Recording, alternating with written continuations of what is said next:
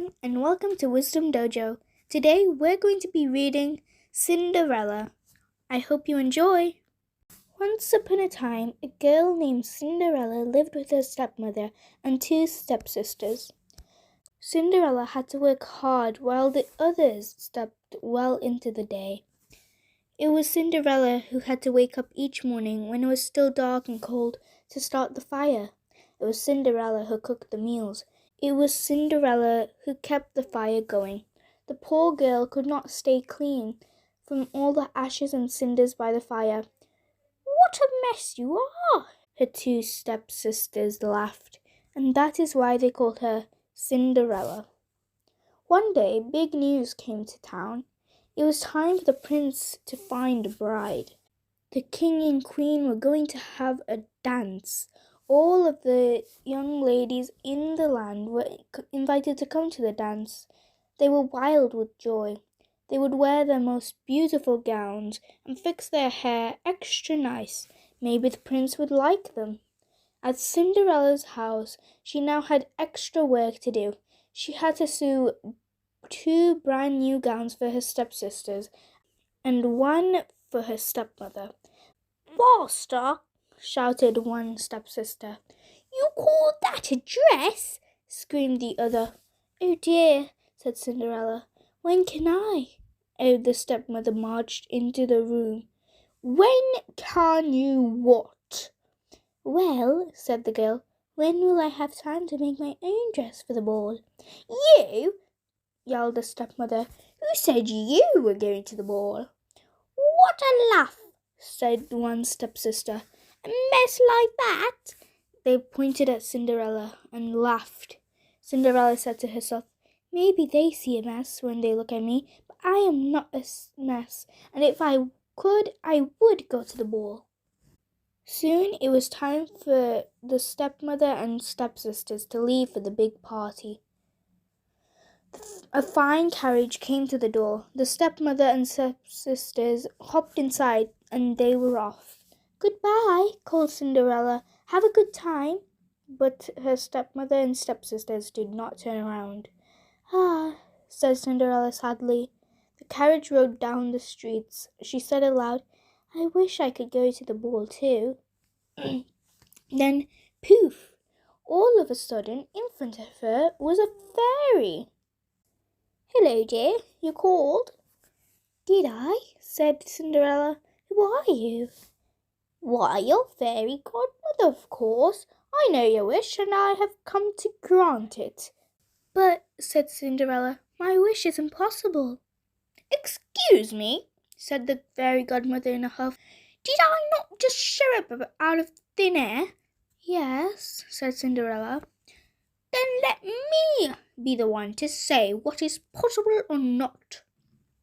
"Well, I think you know I want to go to the ball too." Cinderella looked down at her dirty clothes. "But look at me." "You do look a bit of a mess, child," said the fairy godmother. "Even if I had something nice to wear," continued the girl, "I would have no way to get there." "Dear me, all of that is possible," said the fairy. With that she tapped her wand on Cinderella's head. At once Cinderella was all clean. She was dressed in a beautiful blue gown. Her hair was set up high on her head inside a golden band. "This is amazing," said Cinderella. "Who said I was done?" said fairy godmother. She tapped her wand again. At once a beautiful carriage came to be, with a driver and 4 white horses. "Am I dreaming?" said Cinderella, looking around her. "It's as real can be," said the fairy godmother.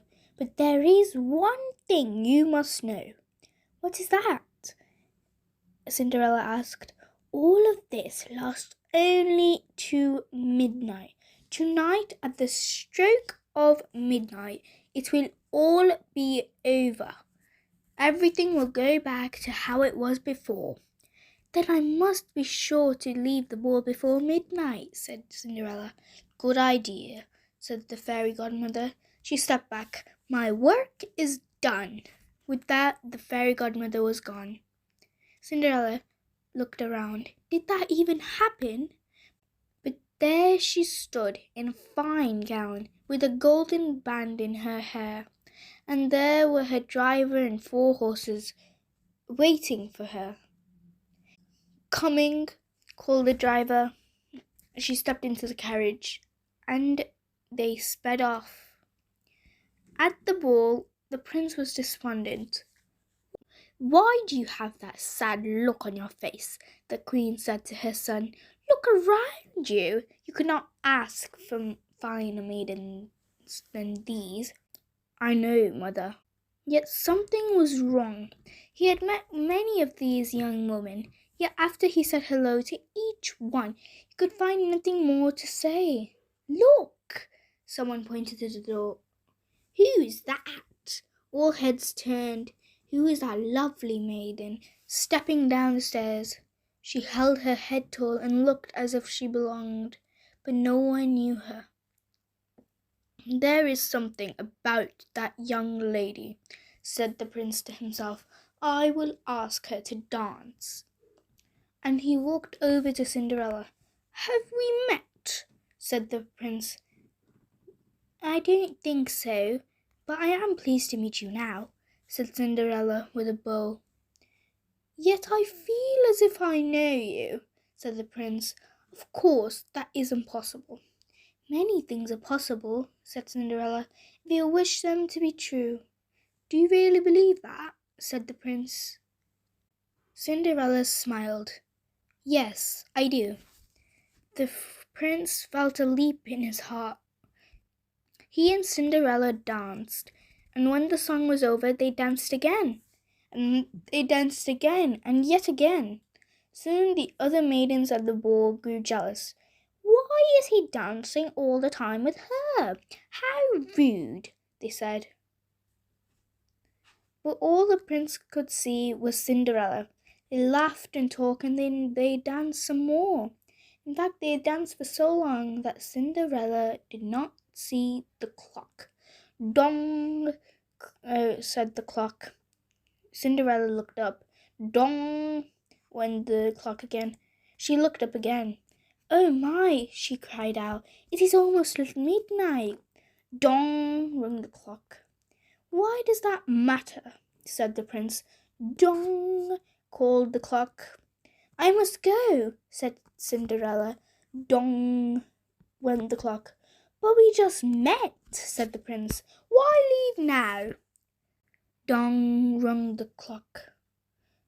"I must go," said Cinderella. She ran to the steps. "Dong," said the clock. "I cannot hear you," said the prince. "The clock is too loud." "Dong," rang the clock. "Goodbye," said Cinderella. Up, up, up the stairs she ran. "Dong," went the clock. "Please stop for a moment," said the prince. "Oh dear," she said, as one glass slipper fell off her foot on the stair. But Cinderella kept running up. "Dong," said the clock. "Please wait a moment," said the prince. "Dong," rang the clock. "Goodbye." Cinderella turned one last time. Then she rushed out of the door. Dong. The clock was quiet. It was midnight.